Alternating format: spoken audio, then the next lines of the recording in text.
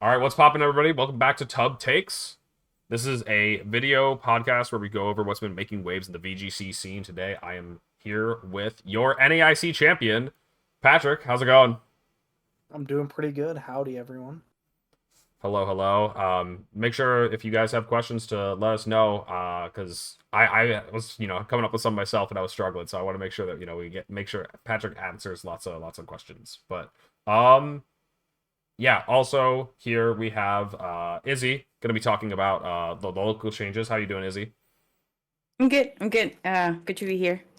Um, Excited. Lots of to talk. Hell yes. And then I don't know, ESM's here. Michael Zhang, the Sacramento guy.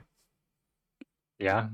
Yeah. I don't have anything nice. I don't have anything nice to say about this guy, so I won't say anything at all. I'm just kidding. Are you So kidding? not kidding. Anyways, yeah, so we're going to be talking about Taiwan Nationals today. We're going to be talking about NAIC. We're going to be talking about locals and the changes and stuff that have been circulating. Also, we'll be answering any of your questions. And if you're here now, but you know that you're not going to be able to stick around for the whole episode, you can catch it tomorrow on YouTube. Exclamation point YT in the chat. There it is. So yeah, it'll be on YouTube tomorrow. Yeah, with that, I guess let's go ahead and launch into the first topic, Taiwan Nationals. So, Taiwan Nationals took place over this past weekend. The format was something. Honestly, I gotta go look at it again, but I think it was just like, was it single elim? It probably was single elim. All the Apex Considering, one have been. yeah, considering it's APAC, I would Mhm. Yeah, I guess it think it was was. single limb. I think like open nature, open team sheets, best of three. I think. The Why? most competitive structure they could think of. There, it's always something over there. And actually, yeah, this is why we had to get ESM on the episode, because it was won by ESM's team. I don't know which version at this point. Like they all just kind of blend together in my head. So and there was like a minor change. But ESM, which version is this?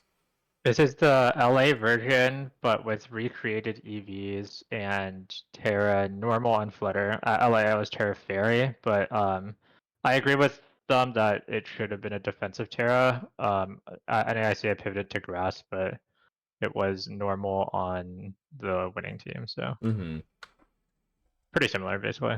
I didn't release the EVs publicly, so it was whatever they decided that they wanted my EVs to be. Oh, right. We don't have EVs here, but they might have posted it with EVs on Twitter. I'm not sure if they did. They Okay. might have. Gotcha. I guess you're just saying recreated EVs because you know that you didn't put it out. They put out a Yeah. rental code and they said, yeah, they kind of confirmed that they changed some of the EVs and the Terra normal. And the shadow. Let's see. Yeah, and then people, of course, glazing ESM in the comments. You hate to see it. Yeah, Eternal Snowman equals goat. Fire emoji. Fire emoji. I guess this guy knows how to build. He knows how to build one team, guys. Come on, it's just one team. This is all he's good for. Zamazenta. It has 2 wins though. Well, it does. actually, yeah, two Yeah. 2 wins. It's true. 2 wins. And several top cuts at this point. Really showing Not by me though. Not by you. That's fair. You only had 2 chances, and one of them was the biggest tournament of the year. But yeah, Zamazenta. Otherwise, is just like still proving itself as one of the strongest restricteds in this format. That we've kind of seen, like, I don't know, is it a big 7 now? Do we count Kyogre as one of the big restricteds in this format? It was disrespected know, going into man. NAIC, but I don't know. I think there is exactly one building group that has made Kyogre work, and anyone not part of that building group has not had any success with Kyogre. So. I mean, well, there was 2. Henry Rich, though. Henry Rich had. Oh, that's true. Henry Rich. Yeah, don't forget Okay, I about take that Henry. back. Plus Henry Quickly. Rich. There was one My building bad. group plus Henry Rich that have made that Pokemon Yeah. work. Yeah. But otherwise, yeah. Let's look at some of the other teams from this tournament, because I I also mean, don't like, think Koraidon is that good, but whatever. It did have some results. but Koraidon got because yeah, Koraidon's in like the big seven, I guess. Would you say? Yeah. Would you say It Koraidon's has a behind it then? win. It does have a win. It What won year? the same Puerto weekend Rico. as. No, but it also won Hong Kong, I think. Oh, yeah, actually, yeah, it also won. So it Sure. has 2 wins. Mhm. Okay. Yeah, just curious, Patrick, where would you rank like the top 7 or so restricted? It's just like quick, like, is Cali Ice best? I don't think so. I think from like the beginning of the format until now, I still think Shadow Rider's the best restricted. Uh-huh. If played perfectly, Right. then I think probably Ice Rider, and then everything after that I think's really like close in viability. I don't think Koraidon's good at all. I was super wrong going into NAIC about where I thought it was in the meta. Mm-hmm. And I think it just continues to disappoint. So I think like Miraidon, Kyogre, Tarap, those Pokemon are probably 3, 4, 5. I think Zom's up there as well, but Mm-hmm. I think Koraidon definitely does not deserve to be in like the same class as the rest of those. Dang, so it's the definite 7th. Do you think it's above the other guys though, like Zacian and Lunala? I would actually put Lunala above Koraidon, I Dang. think, right now, but I think that's the most I would say. I don't think Zacian's very good at all. I think there's too much Ensign, especially in NA. Right. Have you been playing Cali Ice like the whole season or? Yeah, I haven't switched off, Oh, gotcha. so Okay. Respect. it also probably affects my opinion of Koraidon too. No, another thing that I always think is funny is like I was talking about this with Nails, but we think every tier list in Reg G should be like signed by the person who made it with what restricted they made, because it's just like you have to look at it through that lens. You have to. And like no one's ever gonna say that like their restricted is like easily the best. I don't know. Like No, I I'm mean, gonna say it. Zamazenta is easily the best restricted. Zamazenta's number 1. Signed ESM Zamazenta player. Yeah. Yeah, I think if I was let my like Ice Rider biases get like ahead of me, I'd put Zom like number 3 because Zom is like such a terror for Ice Rider. Right. Okay, so the runner-up team, that's actually my Worlds team. They stole it from me. I was talking about this on Twitter, but I've already locked in Amoonguss, Rillaboom, Raging Bolt, Urshifu, and Incineroar, with whatever restricted for Worlds. Did you know you're not running that at Worlds? Huh? You know that you're not running that at Worlds. What do you mean? I'm locked in. You know you're not Isn't- running it at Worlds. Isn't this Montana's team, not your team? No, It's a no, Clefairy. you No, see, it's Audie's team. It's Audie's team bar for bar. Actually. this is They took it basically Okay. Patrick's team. Is this not just Patrick's team? Like, I don't know. You just change the horse. Helper and I think Clefairy. my DJ team's actually Clefairy. in top 16. What'd you say? Sorry. I said my team is in top 16. Let's see. Top 16. Yeah, the Rillaboom version of Oh, Ice right Rider. there it is. Yep. Yep. I see it now. But yeah, the joke is just that Incin or Shifu Raging Bolts. Those guys. It's any Pokemon. You can do anything with those guys. Something so I don't really have much to say about that team. Besides this being, this was Audie's team. I do think it was really funny that it was Audie's LA team against ESM's LA team in the finals here. Like, and this was a week after NAIC. Of course, like NAIC is a little bit of a short turnaround time for anybody to, be like, looking at the results of that and being like, all right, time to immediately switch gears and run this new team, especially because it's going to conclude on Sunday. But I think that it was still just notable that it was like 2 LA teams that are still proving themselves here. And then the third place team I think has one thing that I think was really cool that I want to try out myself some more is Entei on Sun. Entei on Sun is pretty cool, and the Koraidon also has U-Turn. Other than that, a lot of the things are things that we've seen around. I guess it's booster energy Flutter just for a bit of consistency that can help into like Terapagos and Pelipper, as well as like Tornadus with weather setting moves. Yeah, booster Flutter.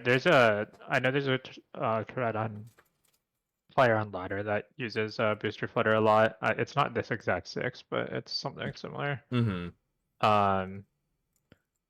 But it makes it.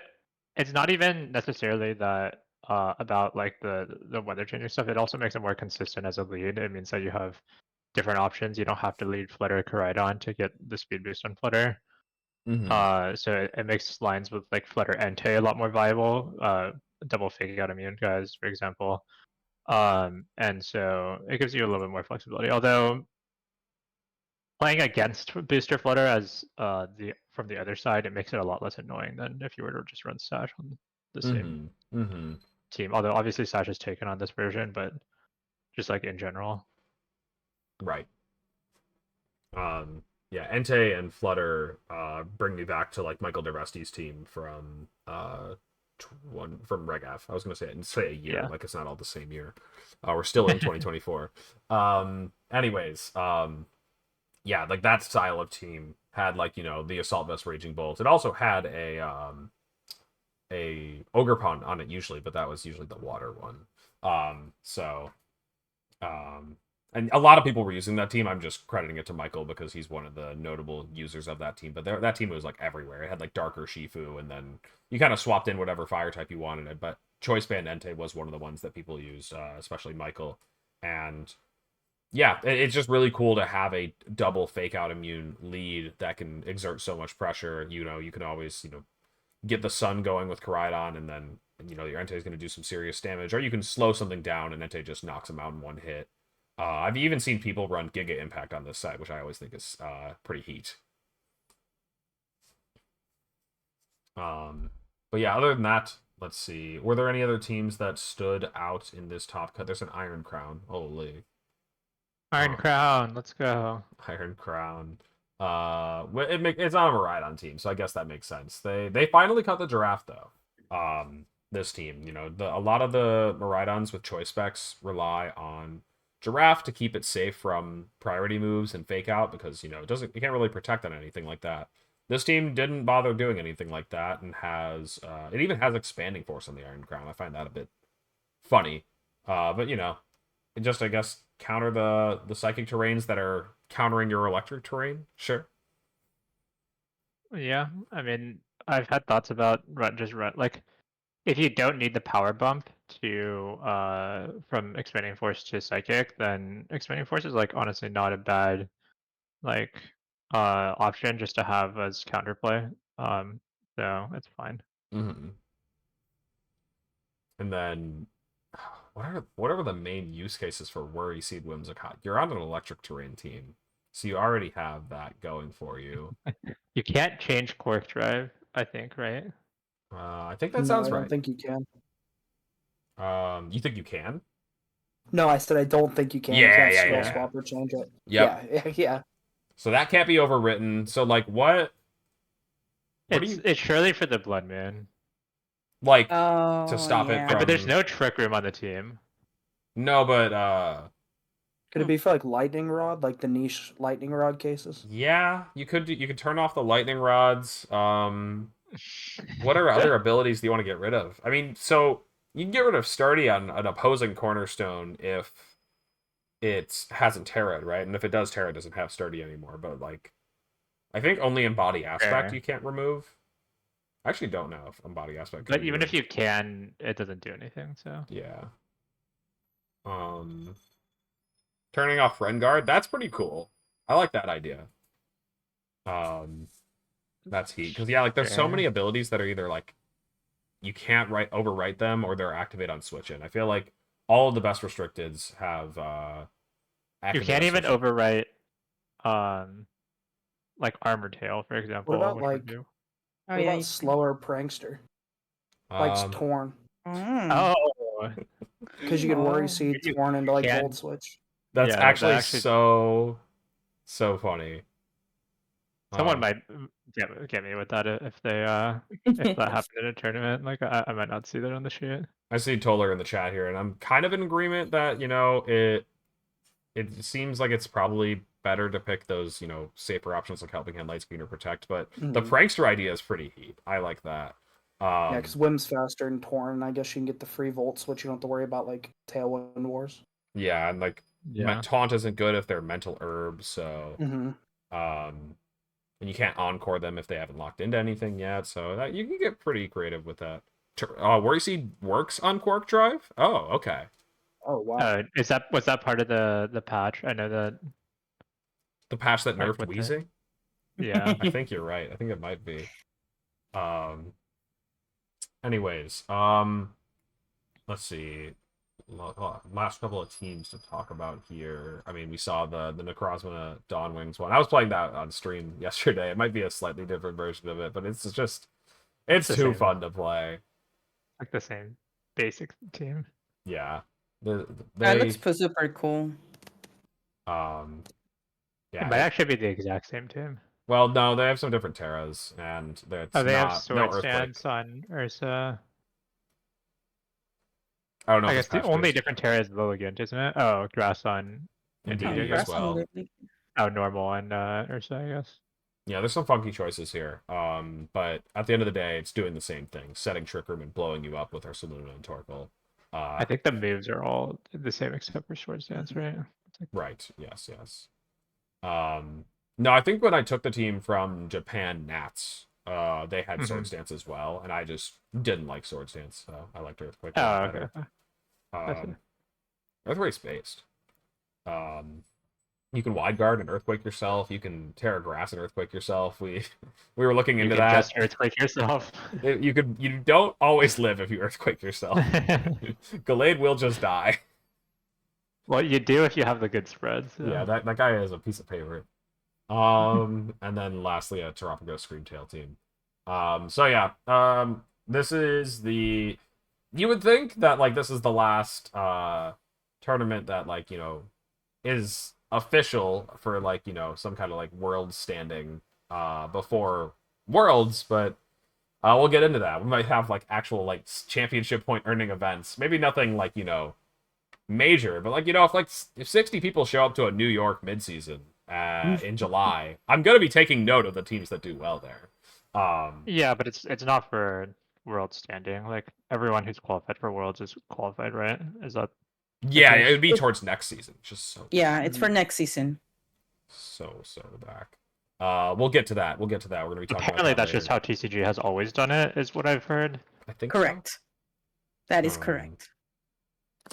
So let's talk about NAIC a bit more, mostly through the lens of Patrick here. I have a couple of questions for you. It was funny. I was like, what questions should I ask Patrick? I was asking this in Tub, and the first one came from Roxon, who's just like, why are you adamant? Why are you adamant on that Incineroar? You only have one attack. I was just like, I also am very sus of this. It's not like the most interesting question, but let's go ahead and do it. Actually, no, this was from Soheim. Sorry. Okay, Soheim. I guess from like a strict numbers standpoint, its attacks higher than its defenses, so right. You get more points out of it.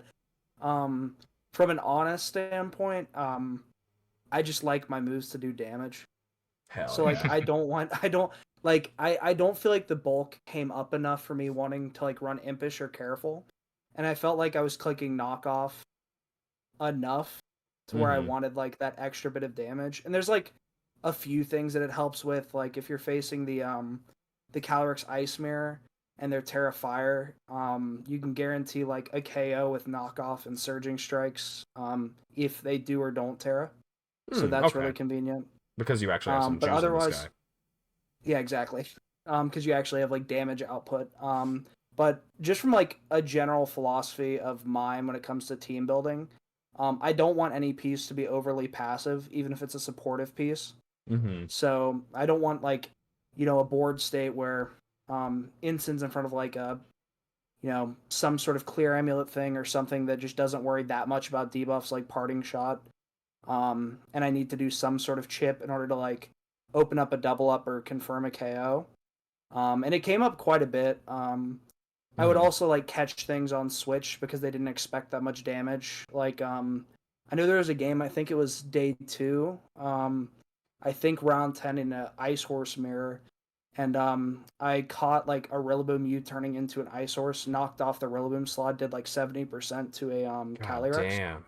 Calyrex Ice. Yeah. So it's really nice if you're able to like, I think, surprise your opponents as well with the amount of burst damage you get from Incineroar, even if it is just one attack. And I really wasn't wanting for much more bulk. It felt really unnecessary, and the extra like burst damage was really nice, at least for my playstyle. Mm-hmm. Hmm. The next question I had, and actually it's pretty much the same one that Chad has just asked here. Well, this was the one that Roxon actually asked, was that what led you to choosing Rilla? And the chat was asking about specifically the Terra Normal on the Rilla. Okay, so Terra Normal's pretty simple. For I don't know who it was, but I kept on queuing like in Highlighter Showdown against a group of players testing like Smeargle Calyrex Shadow, and Mm-hmm. I felt that was really difficult for my team to deal with just Terrafire Rillaboom. So I just decided to throw on Terra Normal because I wasn't Terrafiring my Rillaboom pretty much at any other matchup, or really tearing my Rillaboom in any other matchup. So the normal was really nice for the occasional like spec Shadow Rider that I found on ladder, or was really useful into like those Smeargle CSR teams that could be a real pain if you don't have, at least something to eat up ghost moves that isn't Incineroar. Mm-hmm. Mm-hmm.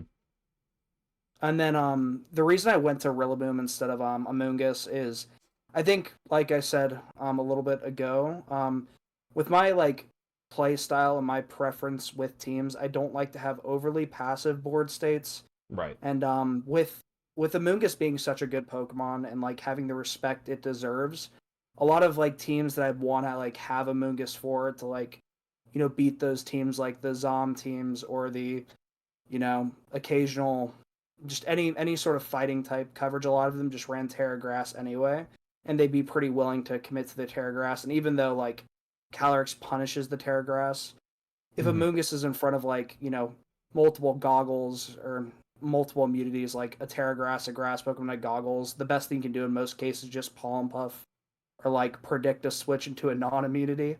And then I don't think that comes up as often. Like the more you win, like the more you face like higher level players, I think the more you kind of you see respect for Amoonguss. Yeah, yeah. So I kind of just I felt like Amoonguss going into NAIC was going to be respected, even though it's not like in the best position in the meta right now. And I wanted to have like a better matchup into Miraidon and as well as into Kyogre. And I think Rillaboom helped with both of those because obviously the Woodhammer burst damage and being able to like override Miraidon's terrain was really nice for damage reduction. Yeah. So And yeah, the I think synergy with Rillaboom's their a pretty Shifu is natural. also very good, right? Yeah, exactly. I mean, Rillaboom, Incin, Urshifu is not like a new thing. So No, but the yeah. double fake out with the guy that Mhm. hits through protect, it's crazy. Yeah, it's they, so good. They call that the Wow. Alex Underhill, I think. Interesting. That's what I heard. That's what Yeah. I'm trying to get started at least.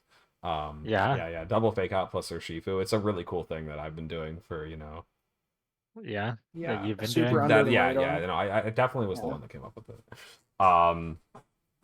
So, another quick one, but it was funny because it was literally NAIC weekend where I was just like, yeah, I think Cali Ice Terra Water is just kind of dog. Like, I think everyone's kind of realized that by now. Like, you want one of the like status immunity Terras. I think Fire's the way to go, but if anything, I would go back to Grass so that I could at least set Trick Room in front of Amoonguss. And then Water wins the whole thing, and I was just like, well, I look stupid. So could you tell me about the Water Terra? Yeah, I think it's a lot easier to like outplay an Incineroar's like Will-O-Wisp or like an Amoonguss' Spore than it is like a Terra Water Surging Strikes and Rain. Mm-hmm. And because Pelipper came to a decent amount of matches and Urshifu often comes into like the Ice Rider matches just because it's like, something that can actually eat hits from Glacial Lance and high horsepower pretty well. That's pretty common. I found that like the resistance to Surging Strikes was much more valuable than the utility you got from Wisp or Spore because again, like I think that there's plenty of counterplay. I have 2 immunities to Spore on my team, so I could switch around, like pivot around that problem. And then Yeah. I also have at least 1 Wisp immunity and 2 Wisp switch-ins with my 2 special attackers. And Mm-hmm. also, I have 2 water types and a Raging Bolt, which all kind of deal with Incineroar pretty well. Yeah, a bit So more I felt offensively. like, yeah, the compromise you got from like the utility types defensively wasn't worth the utility itself. And I found that the Terra Water often like would keep my Calyrex around longer Mm-hmm. than it would even if it was, avoiding the statuses. So people are kind of pointing out, and I was thinking the same thing, but grass also resists water. So was it just that you didn't want to have the weaknesses that grass has that comes with it, I guess? Yeah, grass, you lose really hard in the mirror if you have Right, grass for absolutely. the most part. So, and I mean, I expect Ice Rider to be something that's good. And if I'm facing a Terra Fire or Terra Grass Calyrex, I do have like the defensive advantage with water. And it Yes. kind of comes up to the, supporting pieces around the grass or fire Calyrex to, support around that. And also, even with rain, you're still taking decent amount of damage from fire moves with your Yeah. grass Terra. And, there was a pickup in some flying types like Moltres, who often didn't run flying coverage. I did run into Name one person who used Moltres. I bet you can. I definitely can't name anyone that I played at all that had a Moltres with flying coverage in this chat. But yeah, I just felt like the Water Terra, the two things you really have to worry about are Raging Bolt and Rillaboom, and neither of those really want to sit in front of Calyrex Ice anyway.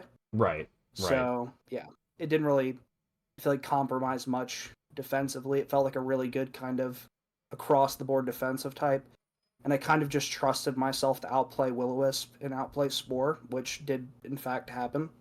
So I was very happy with the Water Terra. Yeah, that makes a lot of sense to me. You're prepared for the Cali Ice Ursh mirror because Ryan Haig had just done well with it recently, and people were going to be running Rain Ice Rider, and you are able to Terra in that matchup, whereas they are a lot less able to. That is a really good tool. Then I have another good one, a little bit of a curveball. This one's from me personally. I'm watching Better Call Saul right now. Are you the nicknames? Have you watched all the show? I haven't finished it, so don't spoil me. Don't spoil me. No, you're good. I've only watched through season 3, but usually whenever I do nickname themes, it's just based around what I'm the main media that I'm consuming at the time. But Same. I'm just finished season 3. Okay, wait, you finished season 3? I think I also just finished season 3. It would be the exact same point. Okay, awesome. I absolutely love season 3. The show only gets better. It's been very so good. It's so good. And I obviously nickname them kind of with the characters that I associated from the show and how they interacted with each other. It makes me feel more attached to the team. But it's so fun when you finally settle on a 6, and then you're like, how can I map out my current show to the team? Who best represents what? It's always so fun. I mean, nicknames are great. Yeah, and trying to avoid copyright, so giving them plausible deniability with the nicknames.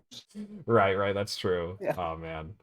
I mean, not that they show anything anymore. No. Anyways, wait, did you get to play finals with your trainer, or were you rental coded in?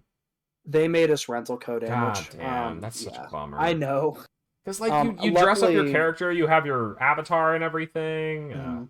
So lame. Luckily, I have I know the Wobbuffet Leonard Kraft did side TV recordings, and I was I think it had my POV in both of them. So nice. At least I got to show off my trainer in those. Oh, the ball throwing style's a thing again, and you don't get to do that. I mean, not that this game has the best customization of Pokemon games that we've had recently, but it's still yeah, I do not like the rental code thing though. I really do wish we could play in our own Switches. Yeah, it's just it is a lot of the personality of I don't know, if you're using 6 Pokemon, it's not like you can dress up the Pokemon or anything. Of course, you can run a shiny or not, but and you can run the marks. The marks are also a cool way to flex a little bit, but I don't know. I remember Burns designed his character after. Was it an anime or Danganronpa? I don't even know. And a lot of people in the YouTube comments were recognizing it and responding. They were like, "Yo, this is so sick. He's dressed up as this character from something." And it was just people got the reference. People, I don't know, got to appreciate that. Of course, it's just because Scarlet and Violet are ass games, so that we have to play the rental codes for stability and whatever. But anyways, I might have missed some other questions from chat. Someone did ask when's PatCon 7 dropping. There was one about if you missed having taunt or an instant, because I believe most of the instants now either you choose Will-O-Wisp or you choose taunt. Right. Yeah. I did not miss taunt because the Zama matchup felt almost unwinnable without Wisp. And going into NAIC, I kind of knew that was my or just Ice Rider generally's worst matchup. At least I kind of see it as it. And Wisp made it so much like more bearable to play. And I guess the taunt kind of hurt the Calm Mind Tarot matchup and also like the Wisp Ensign Mirror.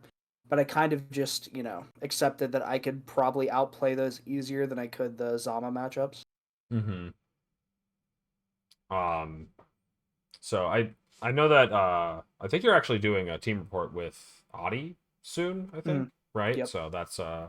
something to look forward to. So I don't want to ask too many of those questions because yeah, got to give Audie something to ask you and explain when you do that. So I guess I'll ask some questions about like the weekend, the run. Maybe not like the like war story, but I don't know. Like I wanted to know, did you have a good time in New Orleans? Yes, I had a good time, but I think I didn't get to do nearly as much as I wanted to. Suffering from success, of course. Yeah, suffering from success for sure. Because I was like trying to take it very seriously, making sure I like prepared each night for the next day. So I was definitely spending way too much time on Pokemon and not enough time having fun. Mm-hmm. But it'll be there next year, and when inevitably I go like 6-3 next year, I'll be able to enjoy New Orleans more. And the worst thing Go ahead. Huh? Oh. I was gonna say the worst thing was after finals. I meant to do like my my law school homework for the week. Sunday. So I had to like scurry after finals and not celebrate and just do homework for like 4 hours. So no way. Oh, respect That sucks. respect not missing the homework. That's But nuts. Gotta do the man, homework. I didn't know that you were I stuck know. doing homework that night. I know it was rough, but I passed out on the floor while all of my like my B&B roommates were all like doing an in-house tournament, so That's it was fun. a pretty That's pretty fun. good post-final celebration. Mm-hmm. They were because I went back to help out Adam with his match in the finals. Were you just like trapped back there, like backstage, during the run up? That's like Yeah. some of the worst I've seen because like they in previous years they have this like roped off section where you can like still watch the stream and like people can kind of walk up to the roped off section and be like, hey, how's it going?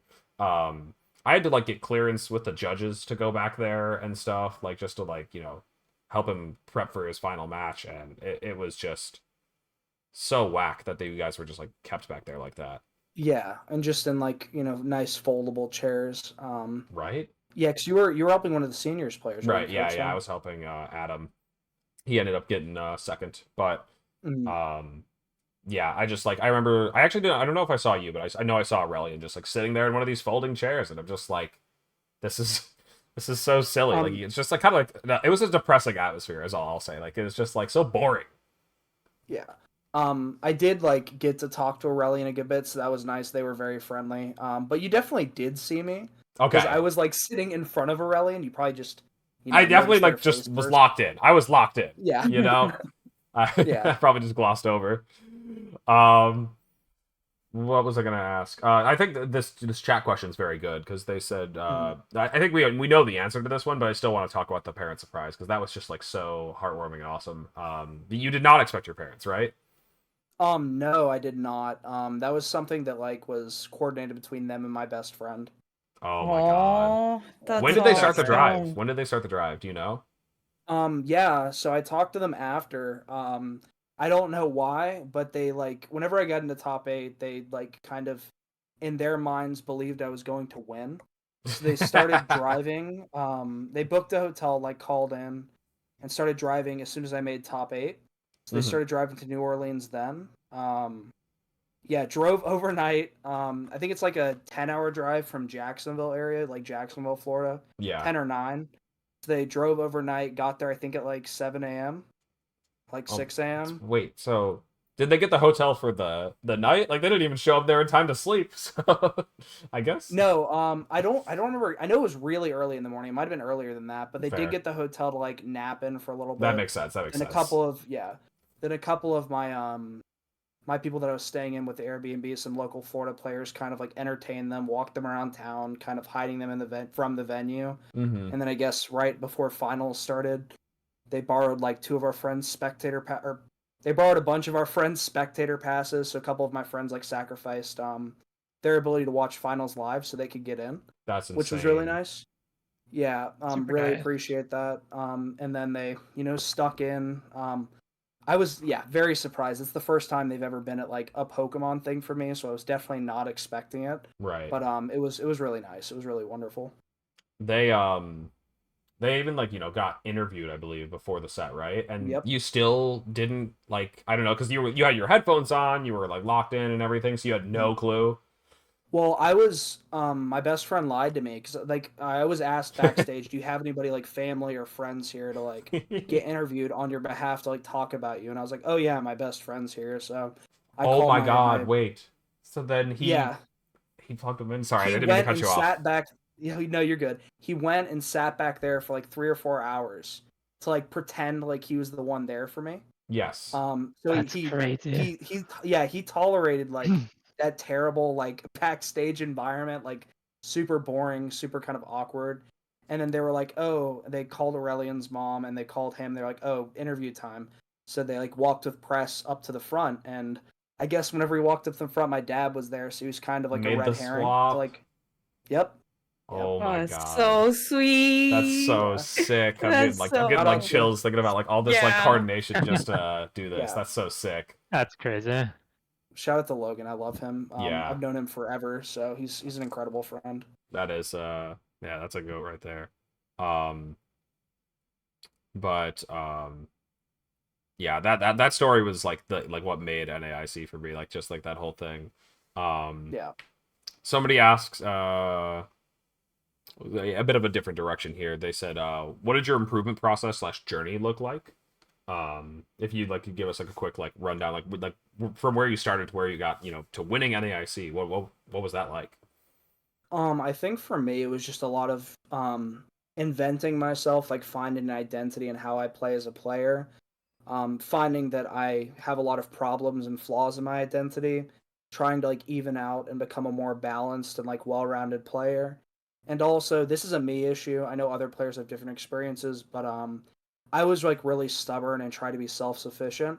And once I like got a friend group and started working with people, I Mm-hmm. improved very quickly because I was actually like, getting help and talking through things with people instead of trying to figure it out all on my own.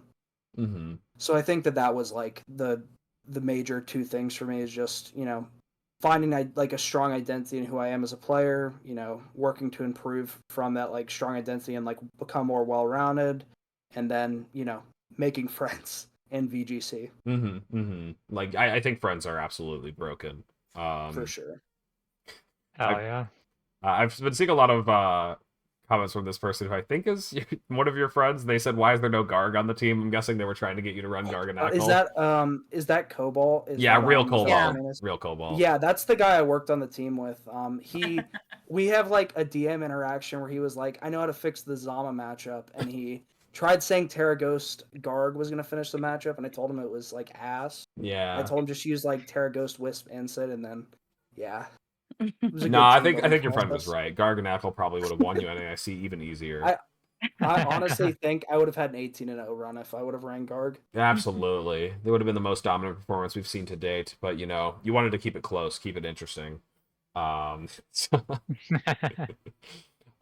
this isn't much of a question, but I do agree with Jimmy entirely. Like the fact that they did the parent interviews this time around was super sick, and like just like friend interviews, like like what was originally planned for you, anyways. Even if it was the Mhm. case, and it was just like your best friend at the event getting interviewed before the match. That's so cool. Like that is so cool to Yeah, just I be like, agree. who's in your corner? Let's talk to them before the match and have them hype you up, gas you up, like because like that lead up time is normally just the casters, saying things that they kind of have to like repeat themselves. They're like, this is the matchup, Mhm. these are their accomplishments, and then they just do that over and over. So having something else to like do while you guys are getting all set up, it was so entertaining and good.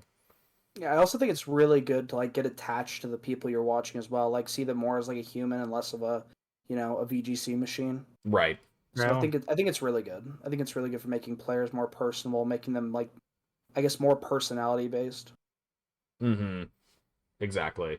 Um, Man, wait, did you ever get to have a fun fact on stream? I don't know if they ever did that for you. What's that? Right? Okay. No, no, I think I was accidentally on stream. They didn't want me up there. Oh my god. Me and ESM keep getting pissed because every time that they've like been asking us like, what's your fun fact, they just disregard it and write that, we're the regional Oh. champion of that respective regional, because like Mm. they really want to peddle that narrative hard, which is like, I get it, but also just don't ask me for a fun fact, man. Like, I wanted you to put up my No, fun I fact. know. They asked me for my fun fact, and they were just like, "Nope, Nope. nope." Not important. Regional champion is more important, you know. Yeah. Um, I do also want to ask, since you have now been part of the Championship Sunday experience, we have our own opinions and discourse on it, but I wanted to hear it from someone who's been a part of it. What is your opinions on like the solo finals, I guess, on finals Sunday? being, separated from the rest of the tournament, being a day later, 24 hours of prep kind of thing. I think that I think it's complicated. Like I get why they do it from a like a presentation standpoint, but Absolutely. I don't think it's very practical. I honestly think that the reason I won NAIC was because I had an extra day.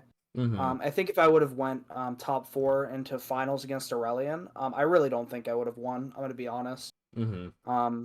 Just because Aurelian has so much familiarity with like that style of format, and they have so much just like knowledge, and they're just a very talented player. I I mean, have a lot of absolutely. respect for them. So I don't think I would have won without the amount of prep that I was able to do before Championship Sunday. So in a way, I'm like kind of grateful that I had it, but I think from a player's standpoint, it's pretty miserable.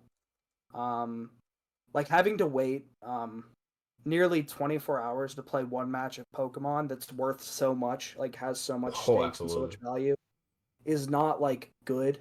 I think for the player's mental health, and also just like it's probably not like a normal like level of competitiveness. I think if the matchup is obviously one-sided or very favorable towards one person, kind of like EUIC finals was, Mm-hmm. then they'll figure out the matchup. So like the more polarized the teams are, I think the more dramatic the kind of outcome will be, whether it be like a quick like or very dominant 2-0, and that makes it, I think, a lot less entertaining. Absolutely. That's Yeah, happened in a lot of ICs, not just yeah.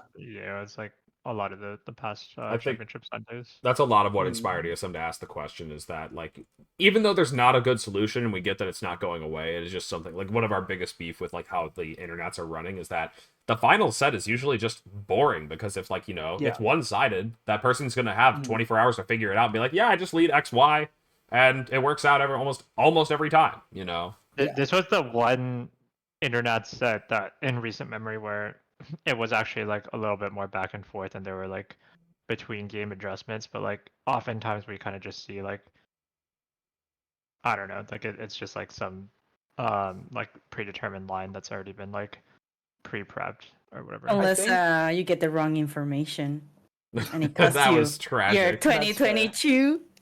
Yeah, that was tragic.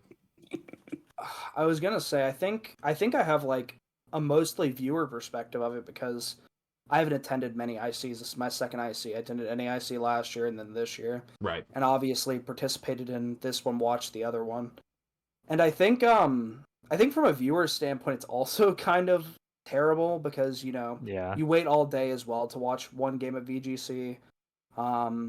And I also don't like them joint streaming all of the games together. I get that they're trying to like put more eyes on like each individual like branch of their competitive scene, but it's also like, whenever I'm watching and like, am a viewer from home, I just wait until VG's up. I don't watch the TCG and go. I just like wait until I get the notification on Victory Road, like, VG's started, and then I start watching the stream. Absolutely. So I think if Yeah. you want to do like a day 3 or a Championship Sunday, just make the players play top 8. Right. I And then agree. keep the streams separate. We had the I stream agree. separate back in the day. Yeah. I don't remember like how far back you have to go. I mean, Championship Sunday has always been a thing, but like at certain other tournaments, I swear, like, we just had like our, like they have the channels. Like I know they have like Pokemon as the Mhm. official Twitch, and then they have like Pokemon TCG and Pokemon VG. I guess that's current. We just have the main channel for. We have the main Yeah, we channel. had the main channel. We have the main channel, but I forgot TCG is always being streamed at every event. They're always on Pokemon TCG, right? Correct. And then Yeah. they also maybe have Go. Is that on Pokemon Yeah. Go? I would assume. Yeah, Okay, they do. Okay. I think on YouTube they're all being streamed on the main channel as at the same time. I think so. Yeah, they are because I remember having tabs open. Let's get our final rounds of questions in for Patrick here. We do have one kind of funny one. I don't really know, like, it's not a question I've ever asked myself, so I mean, it's just, what kind of player do you like playing? Quiet, talker? Describe the ideal opponent. Like, So I don't know. I'm friendly when I play. Not for any other reason than that's just how I like to be to people. I like to be nice. So I always get like not annoyed, but like put like off a little more locked in and wanting to beat people that are quiet. So I guess I like to play quiet players because I feel more focused on the VGC and less about making a friend. So I guess the quiet players are the people I typically like to play because it feels like they're taking it super seriously, and then I start taking it more seriously, and then it becomes like, I don't know, a very like tense set. So I guess it would be probably the quieter players. Because you'll very The easily very fall for the serious talker's players. bait and just, talk with them, and then you're just like completely unfocused. I don't know. I'm pretty like, I think I've also developed this reputation in locals, but I'll yap through my sets and still do fine. I think it's also Right. because I click, I make decisions fast, Right, so I'm right. able to yap. I'm also a bit of a yapper. I love it. I'm not a yapper. We're here to have fun. I'm not a yapper unless I'm playing Alex. That's true. Then he's just Same. always yapping, bro. How did you deal with the exhaustion of the long day 2? Honestly, I was like happy and excited to like make my first cut, so I didn't really feel tired through day Just 2. nonstop adrenaline. I felt really tired after top 4. Like I definitely passed out like way earlier than I wanted to. But I really didn't feel like the burnout or exhaustion until I was like done. If that makes sense. Yeah, for me, I don't know. I'm doing well at a tournament, like I don't notice it until like we're walking to dinner and my legs are sore as hell. I think I tense up my legs subconsciously when I play. That's the main thing I notice afterwards. I don't know if you have anything that you notice afterwards, ESM, or if you're just no. You've been talking about this lately. You don't do like lunch. You got to start eating lunch, man. No, normally I eat lunch in day 1, but then day 2, yeah, like I was doing some reflection. Someone brought it up, but it may be related, like just not eating lunch on day 2, and so like I've rounds 4 and 5 or 6 or whatever of day 2. It's been the exhaustion has been hitting me, or the fatigue has been hitting me harder, but it's hard to notice in the moment because you still have that adrenaline like going, so And you feel like you're sound of mind. right, but then there's like sometimes you just like the fatigue is in the back and you're just not thinking about it, so all right, I think let's go ahead and start talking about some of the local changes now. So I don't have a ton of things pulled up. I just have the initial announcement, and then I think a lot of the other stuff has been talked about all over the place, probably through like different pages in judge groups and stuff, and it's just all coming from there. Everyone's literally asking a billion questions and wanting every answer. So, Izzy, yeah, you have to explain literally everything to us. Let me read this post really quick, I guess. We're excited to announce the Video Game Championship events previously known as P. And then, we have our Premier Challenges and mid-seasons. They're moving to leagues. So we have Video Game League Challenges and Cups, which this is the worst change. I want you to know that everything else that Izzy's going to say is not as bad as them making the abbreviations unplayable. Because now we have an LC and an LC. Yeah, man, I won the LC in Florida. Like, I got how many championship points did you get? Like, it's a mystery because like it's so stupid. League Challenge, League Cup. I guess we're just gonna call them cups and chows. Like, this sucks. This that's sucks. what they call it. all them PCs and MSS. PCs and MSS is like straight up. It's like how I'm never gonna call this thing X that I'm looking at right now. Like this is Twitter. Like that's I don't mind if they change the name. I'm not attached to PCs and MSS. Sure. It's just like it's not the new name. It just doesn't work. It's not convenient. not good. Please keep an eye out for additional information to be announced. But I didn't read as of July 1st. And then please keep an eye out for additional information to be announced at Pokemon.com. You can find documentation on how to run these on the resource page. Okay, so Izzy, bring it all down for us. Talk us through it. So there's obviously some stuff I can't fully. Of course. I don't know if I'm allowed to sub, but I will at least tell you guys that we were a little blindsided. We knew this change was happening, but we were told we were gonna have time to prepare for this. So we were chilling, and yeah, they blindsided us. And what this means, okay, is pretty much a professor used to be able to host BG events by themselves. Like, you just had to do the organizer certification, and then the BG judge send a support ticket and be like, hey, I want to host PCs. You host 2 PCs, then you send another support ticket and say, hey, I want to host MSS. So that's usually the transition. You didn't have to worry about stores or anything. You just had to have a venue and the certification.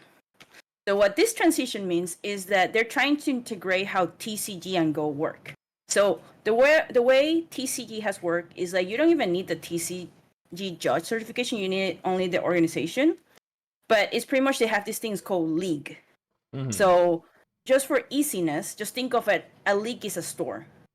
So for you to be able to play TCG, you had to be part of a store. So so you could have 4 professors in 4 judges in one store, but you could only do one piece. I will keep the PC and SMS, but you could do one PC and one MSS. However, in one MSS, like in per quarter. So for per quarter. Sorry, I assume like people know the quarter for the MSS, but yes. But if we were thinking in BGC terms, those 4 professors, each of them could host 1 PC each month and 1 MSS each quarter. So instead of 4 PCs, you could have, in a span of 3 months, 6. I don't know. I'm very bad at math. This is why I'm not gonna do the. You're mentioning a lot of numbers, and I'm like, yeah. Anyway, the point is like, now we are allowed to do 1 PC as a professor because it's attached to a store. So I will actually keep it simple. So 2 professors in 1 store, right? Yes. In the past, you have 2 PCs and 2 per month, and 2 so MSSs that would be per 6. quarter. And 2 MSS per quarter. Now that becomes only 1 PC per month and 1 MSS per quarter. Because it's not the TO anymore; it's the store that it's basically tied to. It has to be the league is allowed to host 1. So what they're saying is that this change nerfed Seattle so that we can't have that's not true. Like 8 PCs per week.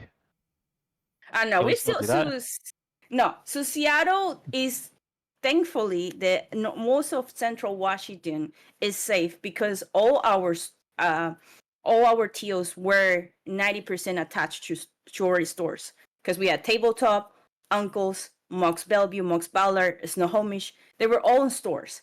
So you guys never had what SoulCal had, because I think they had what a PC or MSS in the park. Right. Like you're not allowed to do that anymore. They used to host PCs at my university. Yeah, so universities also are not allowed anymore. And that the other thing is, there is a disconnect between BGC professors and TCG professors. Like in Seattle, we have a very strong union between BGC and TCG.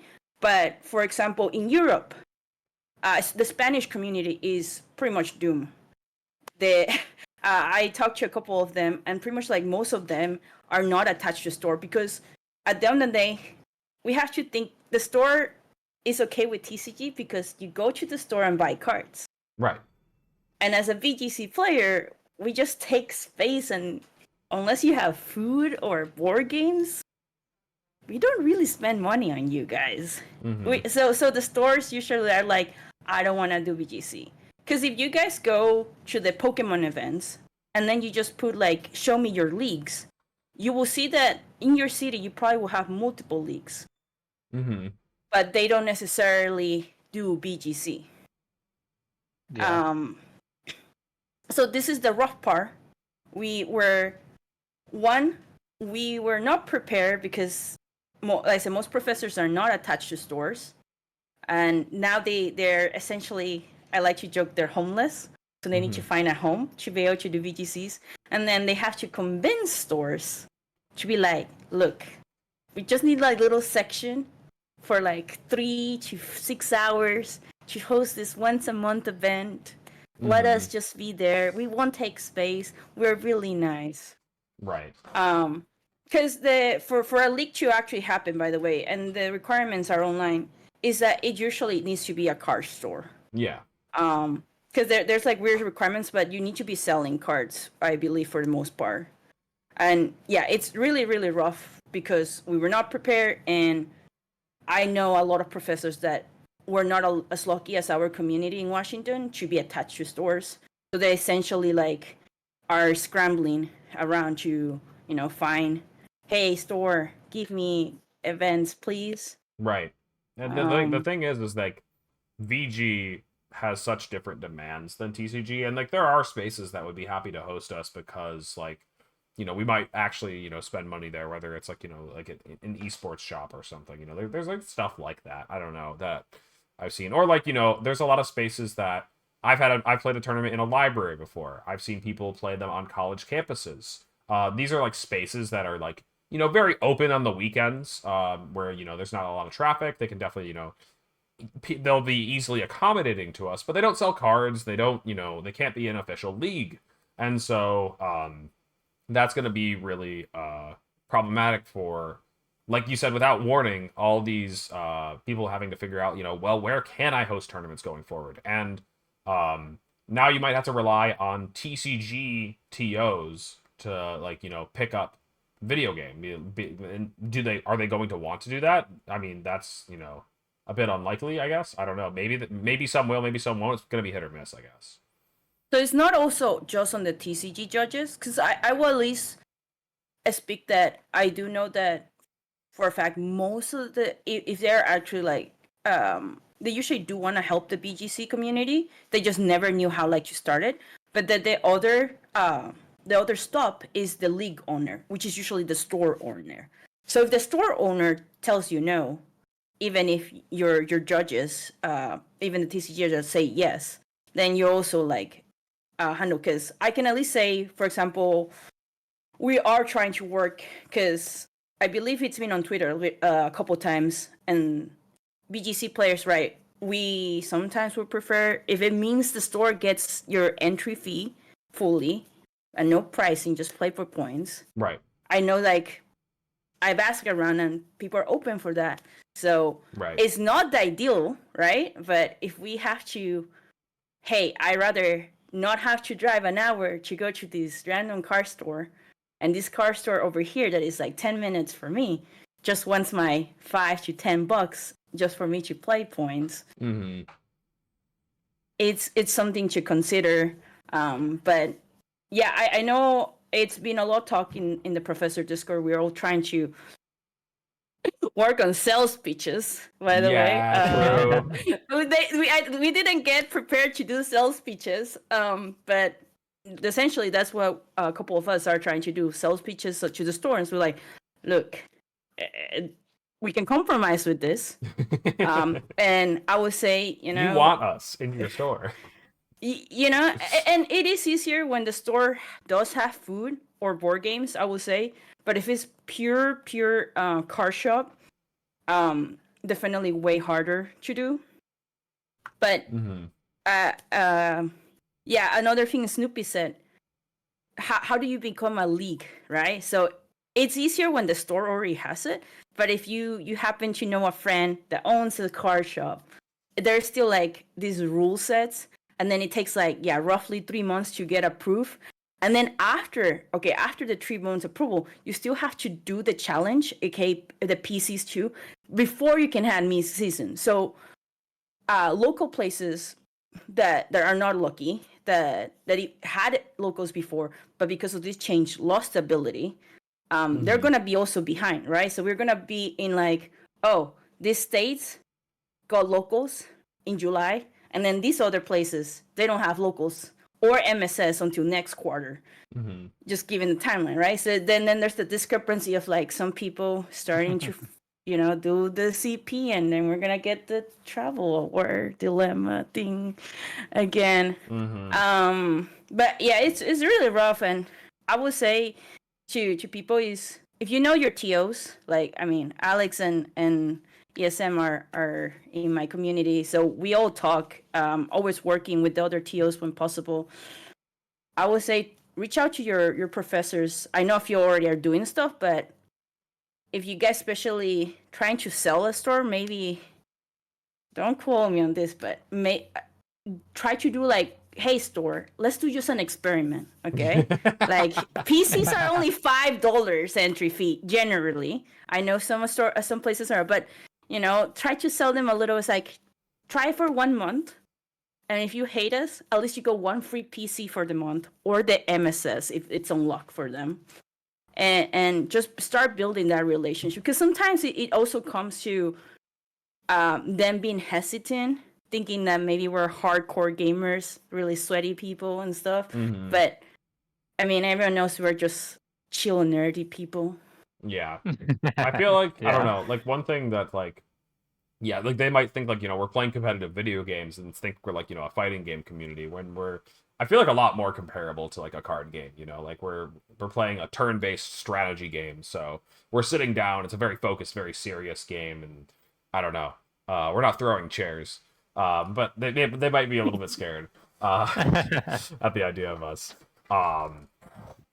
She smells better than TCG on average now. So true. So what I'm hearing is that me and Alex will have a huge advantage for going for the EUIC Travel Award. Oh my god.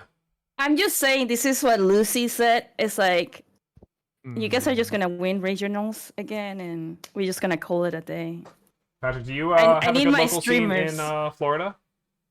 So it's like it's kind of complicated. Unlike a lot of big towns, I actually don't think our local scene is going to change a lot from this, because we've always kind of had basically one organizer per big city. Okay. Except for South Florida, like Fort Lauderdale, Miami area. From what I can tell, like at least in like Tampa and Orlando, I think in Jacksonville as well, and a couple other Central Florida areas, we already are associated with a card shop. Nice. So like I don't think our locals are going to change too much, but I know South Florida, which was like the place and still is the place where we have the most locals, even though it's not like the biggest scene. They get like, I think they have like 3 or 4 professors down there, so there's always like pretty much a PC every single week. Unlike like my local scene where I pretty much just got a PC or MSS every month, and that was like how much exposure I had to like getting points and going to locals.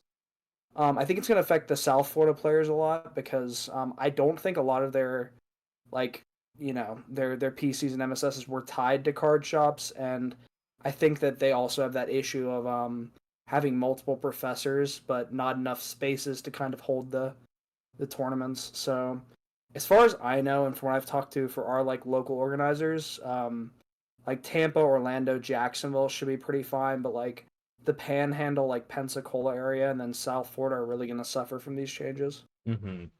Izzy, I want to add. Oh, go ahead. Oh, sorry. I was going to say Tampa actually might see an increase of PCs and MSS, because I actually know one of your TOs there. And so I forgot to mention this. There is, and Snoopy actually mentioned it in chat a little. So there is a hacks that you can do where if you can have, we're not locked into how many stores we are, as far as I know, because I'm part of 2 stores technically. So you could have, let's say, 5 stores in Tampa, and you could be part of all 5 of those stores, because you can have like a couple people per store, and you can actually host. Yeah, Katie. Yeah. Okay, yeah, I know Katie. Okay, yeah, she's awesome. I love Ryder and her. But yeah, all 5 of those stores can host a PC and MSN, and all of them, compared to before, can be done by one person, which is what Katie is very excited, because she's probably going to be doing most of them. Because she was like, oh, I'm lucky because I'm only can do it once. But now she's pretty excited because she will do that. Okay. I just don't want to drive to Tampa. I hate going to Tampa. Look, Katie will make it worth. I know. promise. I So hope the same is true for Orlando. when we're talking about those commutes, by the way, this is actually going to tie a little bit into what I was going to mention. Something we haven't talked about is double headers. Double headers are hit by this, right, Izzy?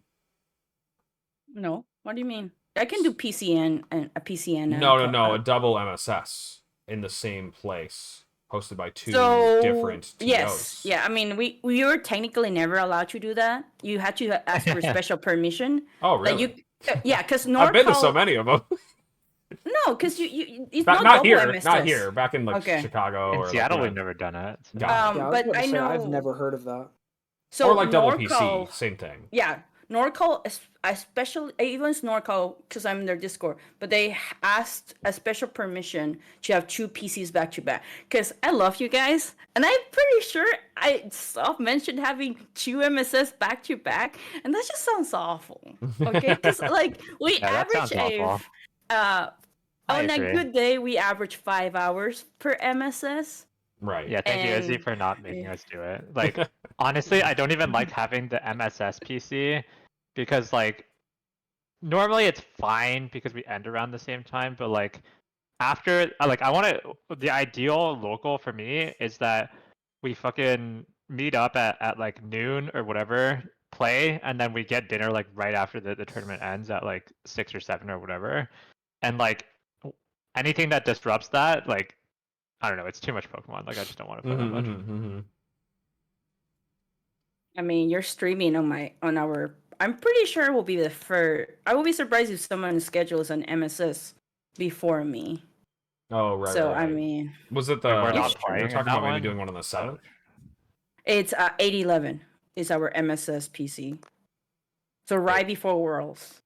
Oh. How big do your guys' locals tend to be?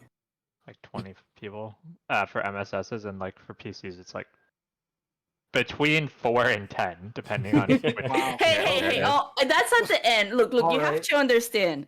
We have 3 regional champions. Okay, they don't go farm the TA race. So once someone gets their invite, they chill. But yeah, it's gonna be 10 to 20. And goes down to, yes, we have some 4 at the end of the season, but I think that's pretty much it.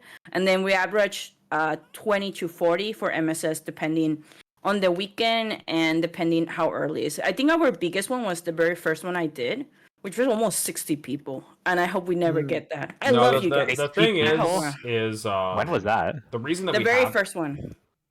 The reason that we have, like, you know, smaller numbers at certain points of the season is because we have so many during the season, and so like there's not as much desperation to, you know, make sure you get time off to go to that one weekend, or, you know, move aside some plans so you can get to that tournament. You know, if you only have one tournament organizer in your city, you're going to be at all those locals. Those locals are going to be stacked, even if it has a smaller player base, because everyone's going to like 100% of the locals. Whereas, you know, we have so many opportunities here that, you know, you could skip a weekend and, you know, still fill your BFLs. No, the thing with Seattle is that oftentimes we have so much choice that it's like, oh, you couldn't make the Saturday PC? Well, there's a Sunday PC. Yeah. Oh, you couldn't make the Sunday PC? Let's There's do a the Tuesday Monday PC. one or a Tuesday one. You can't do the Tuesday PC? We'll do the Friday PC. It's like... Yeah, like, we had a problem. Like, if you want to, you could just do however many you wanted, or however little you wanted. Like, we've had friends joke like, all right, I'm actually just gonna fly out to Seattle this summer and just get my BFLs finished before the season starts. Really, and get it done. Oh man. I mean, I think for Christmas, like the week before Christmas, or like maybe 2 weeks before, we literally had either an MSS or PC every single day until Thursday. Yep. Wow. Yeah. It's because we do have stores that need to do weeknights. Yeah. Right. But no, it is, and we're gonna have probably the same amount of locals, thankfully.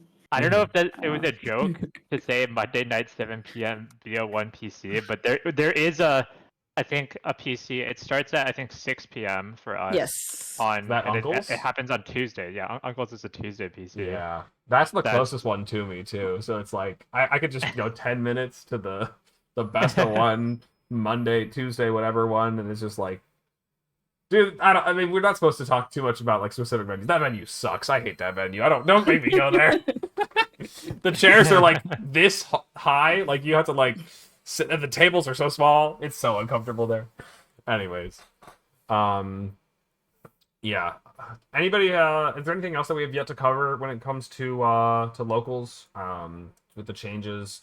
Or I guess this hasn't been mentioned. There are like some upsides. We're starting in July, right? Yes. Mm-hmm. So that's new. That's kind of exciting. Do we like that or do we hate it? Because honestly, I feel like it's weird to me that we have locals. Like the next season is starting basically before Worlds happens, and I don't know. My opinion on it in general is that whenever you have like I don't know, this kind of relates a little bit more with the champion or not championship Sunday, but like day 2 like MSSs or whatever like at regionals. But basically like whenever you have anything that takes away from the what should be like the main event, like I don't know, I'm sure there's going to be some TOs that decide to schedule a local during the weekend of Worlds, and it's like no way, no way. No, I'm sure it's gonna happen, like Oh my for God. sure. That'd be But so like good. even without it, it's just like it feels like it's taking a little bit away from the Worlds. Although maybe it gives people more of a reason to play Reg G, and so there will be more competitive players playing during Reg G. So like I guess there's like a plus and a minus there, but like I hear you a little bit. It's just a little strange to be earning points towards next Worlds before you conclude this season. You know, we want to kind of Yeah. know how TCG. is. I know, but TCG's been doing it forever, so I don't know. I guess it just kind of all starts to blend together then. But like it is good that there will be practice opportunities, especially for people that want to get games in a live setting.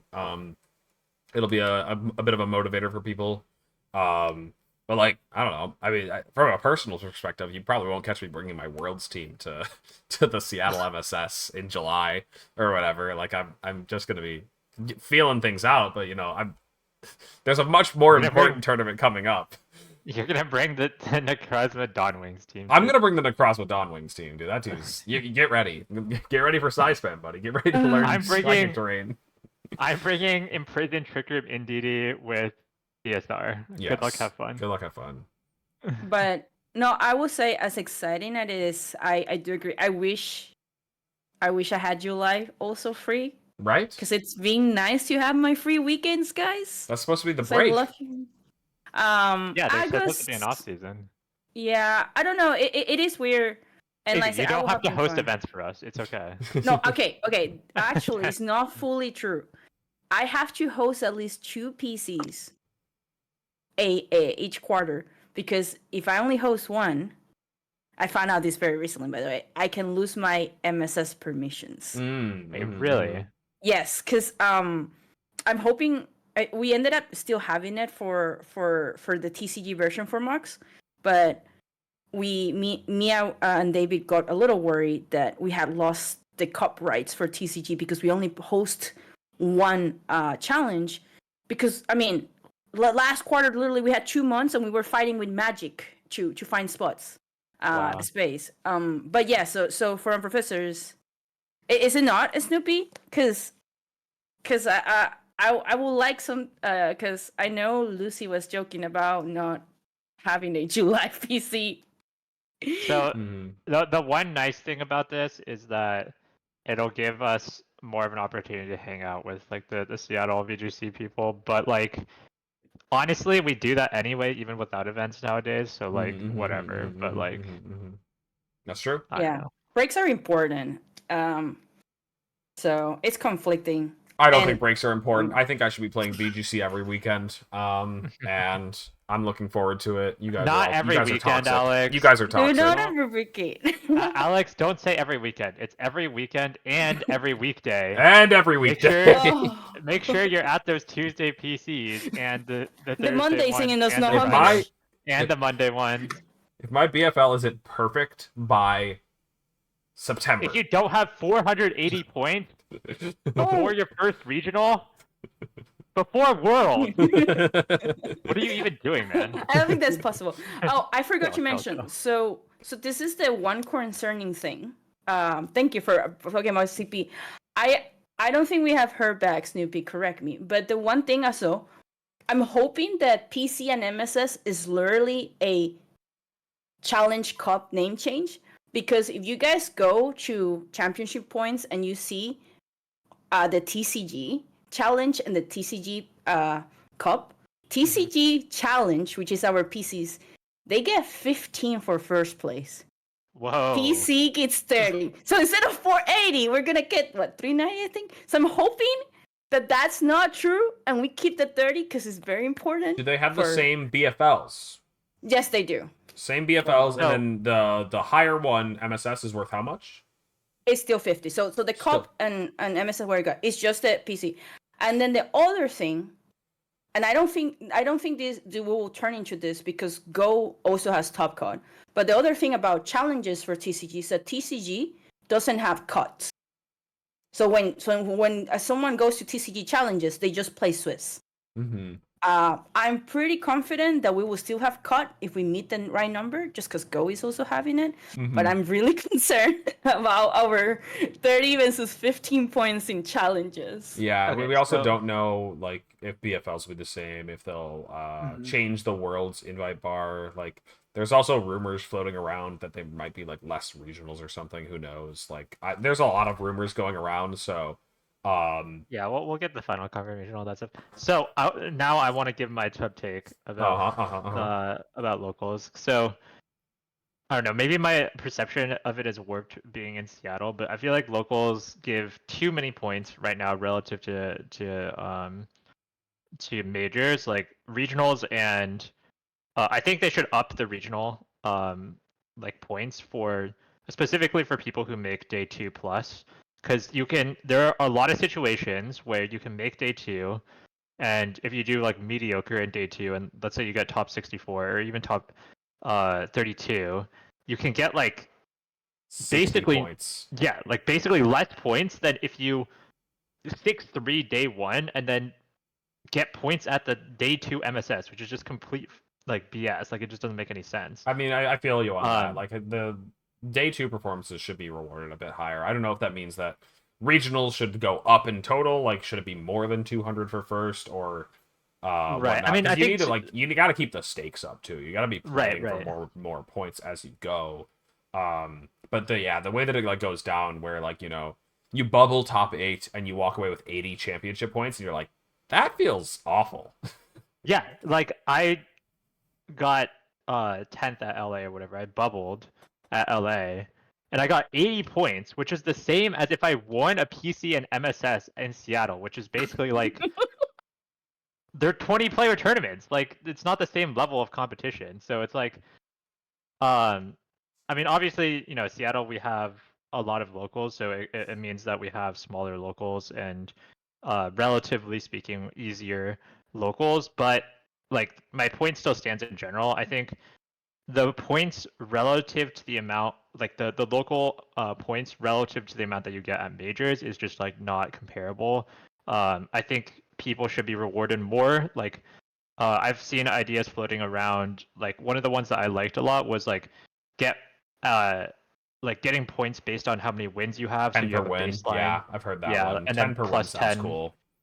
Yeah, plus 10 more for a win. So like it's whatever it is, like 50 if you make top 128 or whatever the cutoff is, and then plus 10 for every win above like 5 wins or 6 wins or whatever it is. Mm-hmm. And that would make the payouts way nicer, or whatever they decide to, or whatever would work. But just like right now, I feel the current payouts just don't. I know like a little bit as a top player or whatever, like someone who like has a lot of points accessible to me. Like, it's a little bit of like an elitist take, because you're really what toxic. I'm saying, I was thinking the whole time you're full of shit. ultimately what I'm saying is that like it should be harder to get like you shouldn't just be able to farm locals for points, and like I don't know. So Like, to yeah, summarize that ESM's is my words, take. like if you're in the chat right now and you earned more than 100 CP from locals, ESM thinks you don't deserve your world's invite. That's the short I of guess I it. should return my world's invite. Yeah. We should have the Mr. everyone's Krabs world. like rewind the remote button, get your world's invite away. Like I don't know. We should have world's invites be determined by Wolfie points. No, not the inverse local points. I remember that system. Anyways, what was I gonna mention? I don't Go make remember. friends with TCG people, guys. Yeah, right. It's gonna be so different, but hopefully we get more information as the weeks go on because like these tournaments are coming up fast and like I don't think you can play in one of them and not know how many championship points you earned. That's like a little bit silly. You know, you're gonna see them in your account or something, right? So hopefully we get those answers soon in the coming weeks. And so let's go ahead and move on to our final segment here. The calc is right. Oh wait, we have some more questions in chat. If you Did want we to have answer another them. question? Let me see. Maybe I missed one. What More was one? positions in regionals, giving invites, top 8, and a regional instant invite. Honestly, I wouldn't mind if they gave more like auto invites, but also like having experience getting an auto invite, it does change the dynamic of like what the season is like because um once I got like I won or Sacramento, which was the first tournament I attended, which was super early in the year, and so for the rest of the season, I like barely attended locals. I think like I went to like 5 or 6, like I played in 5 or 6 tournaments. I went to a bunch of locals to hang out, but like I like barely played in the tournaments, and it like low key with me and Alex winning tournaments like so very early in the season, like it kind of affected our local scene for like 2 of the top players to just not play in them like for the rest of the season basically. Um, So we weren't chasing travel awards. We'll yeah, see because that. we both didn't. The timing also didn't work out well for us to like chase travel awards, like in Right. terms of when we won the tournaments and like like some other context, especially because to really get the travel award, you do need to attend the IC, which also factors into like the regional payout thing. Like I do think like the difference between regionals and IC is like kind of ridiculous right now. I don't know. Riley kept showing Yeah. up with 1,000,000,000 CP. That's true. I think that guy just wanted to be number one. On the topic of travel awards, actually, I was curious. Pat, did you get any travel award? Are you in the running for that? Oh, you don't know. I don't know how they work. That's honest. I've never like. Obviously, I wasn't making a world's like push this year. It just happened accidentally. Mm-hmm. So I'm kind of figuring this out as we go. But Right. Did you You earn should any have- championship points between EUIC and NAIC besides NAIC? Orlando, and I won the one PC I won. Okay, there we go. You should definitely have a travel award to LAIC. So I think that's 580, right? Yeah, because I got top 64 at Orlando this season, and then 30 from a PC. That should be pretty good. Yeah. You definitely have a travel award. The question, or you definitely have some amount of Something. money. Yeah. So there's 2 different types. There's the one, I don't know which one is which, but one of them you have to go, and one of them you don't have to go. Stipend. The one, if you finish, I believe, top 4 in the period, then you don't have to go. You just can get a lump sum of money. Yep. Correct. And then if you finish 5th through 8th in that period, then you have to go to the next IC to claim the money. Yeah, and that's regionally based, right? So that's it's NA regionally based. in NA, yeah. Yeah, they don't have the thing yet, but once they have the thing, they will show who gonna get it. Okay. Other reasons yeah, I do think like a lot of the discourse for it is based around worlds has been because we see specifically I think Japan Nats be such a brutal, or Japan's qualification system be so brutal, and everyone knows, like, I mean, it's generally agreed upon that Japan is the strongest region, and we only have 64 representatives coming from Japan, and we have like 200 in Europe and 200 in the North America, and like we're not 3 times better than Japan. Even if we were to say that we were No. equal, which is like generous because Japan is generally better than both Europe and NA. Like we shouldn't have 3 times the representatives or whatever, more than 3 times. Yeah, it's just So such like different systems, and it's so unfortunate that that's the way. I think it's because they prioritize different things as well. Because like I even think I guess I don't know. I think that the reason that they're doing locals even earlier, making it more like TCG, is to I think it's actually to increase the amount of players going to Worlds, or at least they think it will.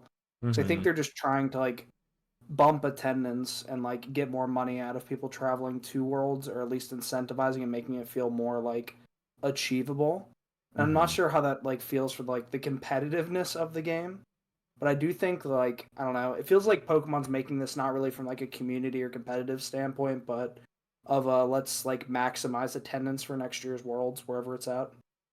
Yeah, I mean it's not only that, but part of the changes I think are also to make sure that each individual like the locals are maximizing the amount of money that they're making off of like selling cards or like whatever that kind of stuff. But it just sucks because the TPC like that are running the Asian events have just like such a backward system, and they don't get like you like the clearest thing is that when Suika came over from Japan and didn't make the circuit, and then immediately just came to play in the Western events and just did super well, and got his invite within what was it, 2 events or whatever, Right.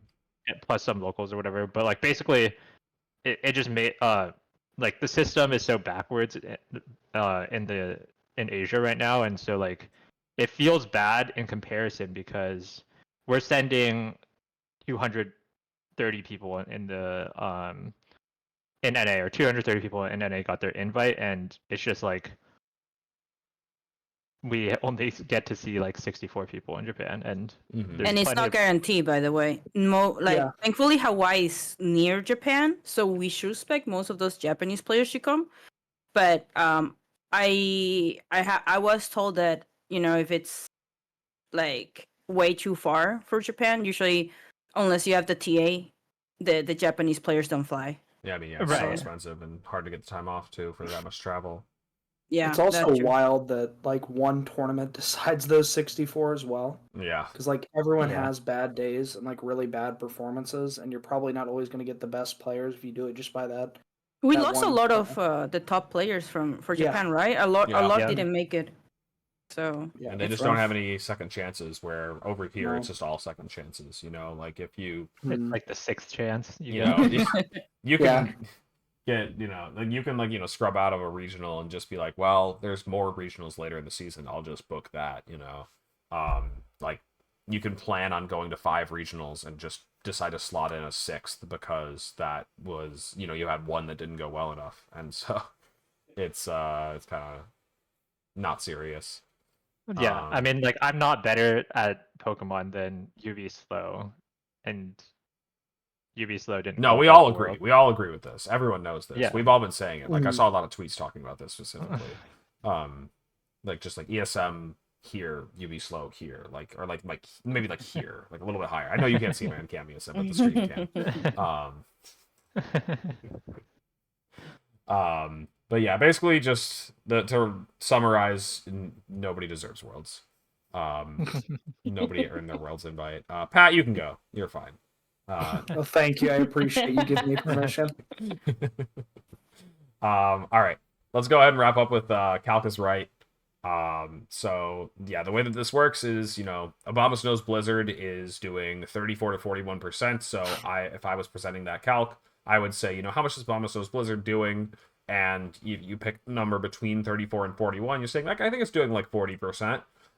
Then you would get it right. You get the point. And that's basically it. So we're all going to take a turn presenting a scenario and guessing and just going around seeing how well we know our stuffs when it comes to damage calc.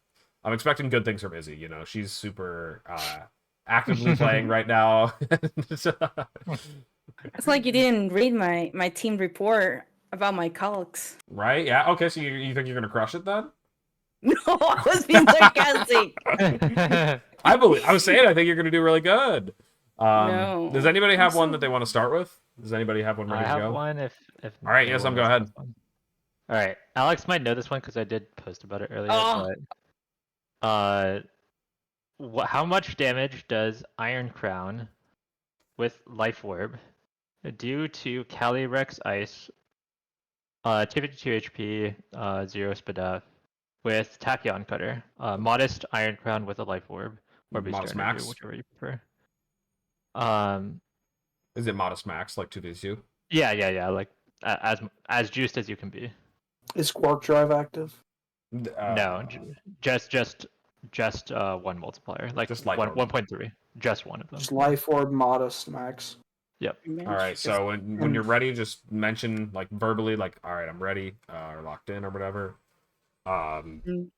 See, well, if we're talking about how much does Tachyon Cutter from Life Orb Crown do to a standard Cali Ice, basically. Max HP. Okay, I'm ready. Sure. Yeah, I'm ready. All right, Izzy. Like 150%. 150. Okay. Patrick. 90. Alex. I saw the calc earlier. I'm still trying to remember what it was, but I'm gonna go 96. Stop cheating. Right? I know. He linked me this one, unfortunately. 96 is my guess, though. All right, I guess I'm the guy that has to plug it in. Iron Crown. I can tell you the number because I still remember it. It's 92 point something to 107.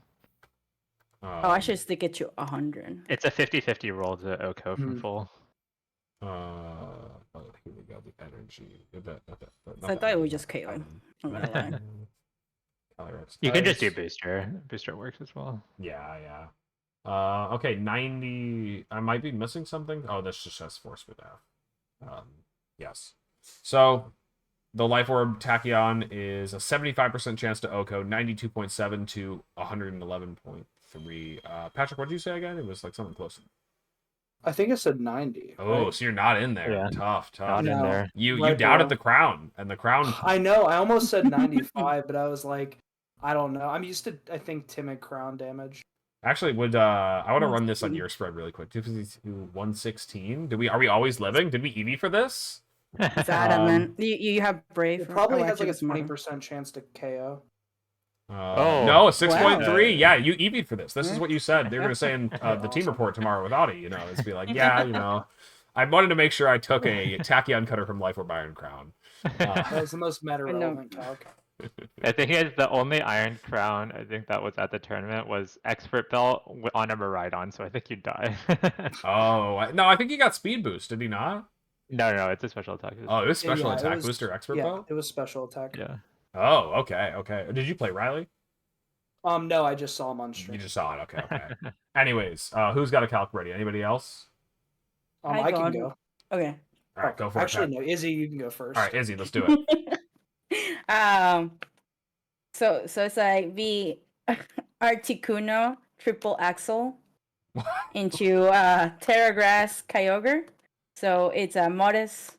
Sorry, Adamant 252 attack Articuno, Oh, no. and then 252 HP for the Kyogre. Okay. Wait, does Articuno learn triple axle?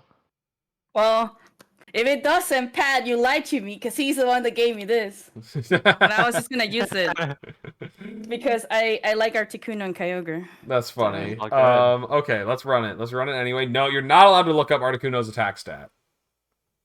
Yeah, Pat says, and Pat, the other Pat, Pedance. I should have Yes, Pedance. right. All right. He will know. I've got my number. It was like no item, right? No offense item or anything. What is the spread on Kyogre? 2 HP. 252 HP.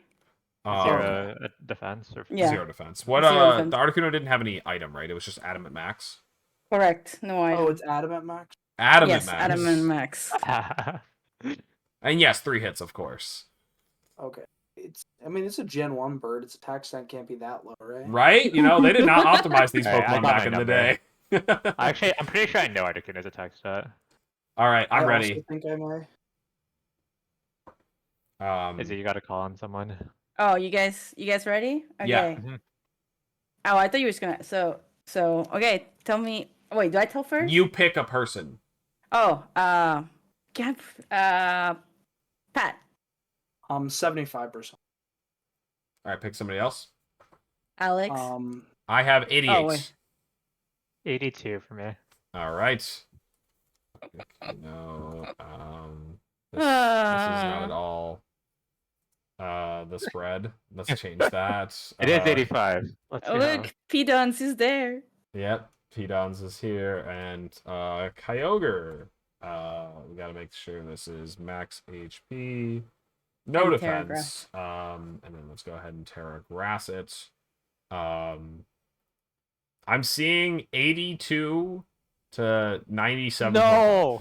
82.1 to 90. Oh, hold on. We didn't do the IV. Good catch in the chat there. Oh, no, that destroys me. I was so in there, and then the attack IV. Oh, damn. So 93.7 to 111 or 113.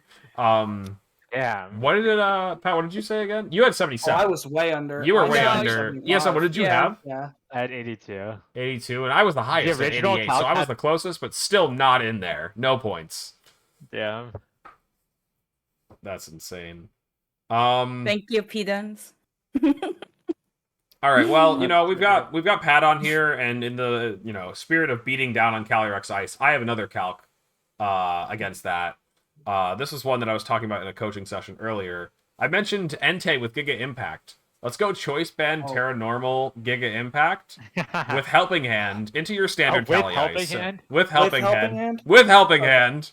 252 HP Wait, I got my number. for no defense. 252 HP, no defense. Cali Ice taking Helping Hand, Terra Normal, Giga Impact from Adamant Max Entei.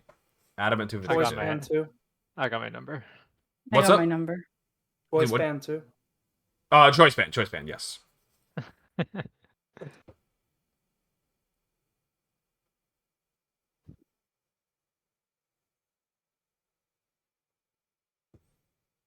All right, is everybody locked in? Yeah. All right, let's Yeah. start with Izzy. 85%. Okay. ESM 114. 114. Pat 101. 101. Okay. Entei. Yo, we're gonna run my spread, even though that's actually just worse than picking the choice band one. It's gonna be more work. Choice band, Terra Normal, Adamant. Let's change this last move to Giga Impact.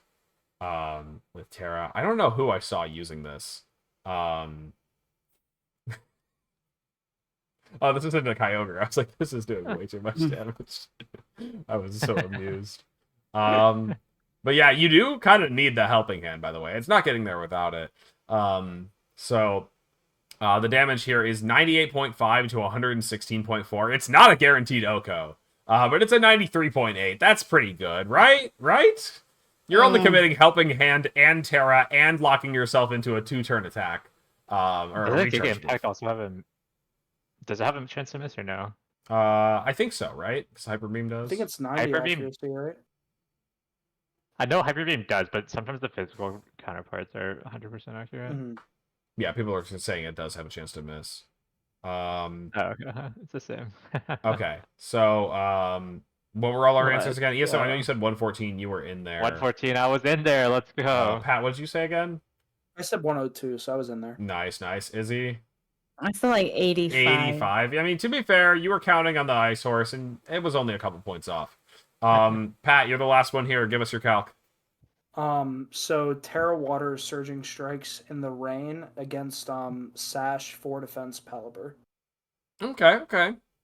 Let's see how well we know our stuff. And that's Adamant Max. Adamant No Max, Mystic Terra Ward. Water, Surging Strikes in the Rain versus Pelipper, Sash Pelipper with what, just like 4 HP or something? Yeah, no, just 4 Defense. 4 Defense. For defense. Got it. Okay. Ooh, for defense, that moves the needle a ton. It honestly does move the needle a ton on a lot of Surging Strikes calcs, which is really Yeah. funny. Yeah. You put 4 defense on Chien Pao, and it's like, all right, bring on the Surging Strikes. I'm ready. Anyways, I think I'm ready. I got a number. Sure. All right, pick on someone to start. You, Alex. All right, I'll go 102 to start here. I'm thinking that it might get there. All right. ESM. 72. And then Izzy. 91. 91. We're a little bit all Okay. over the place, and now as soon as ESM said that, I'm always like, oh man, my number was dog shit. My number was terrible. What the it's- hell am I saying? Actually, 81 to 96.4. Okay, Damn. okay. Just So Izzy vibes. was. What did Izzy say? 91. All right, So Mhm. Izzy was in there. Yeah, and you guys both said KO, right? ID. Wait. Hold Oh, on. wait. So Oh, like No, it You're- says surge. I'm confused. Hold on. So it's for defense. I gotta change the HP Mhm. defense. Yeah. I was like, this doesn't quite line up, but oh wait, I put 4 EVs. Never mind, it does KO, but only 8% of the time. I put HP in by accident. So it's man, 84.4. I know I it has a messed up. 6.3 The one to time I had a Oko, chance- but also Yeah. I was so close. 102.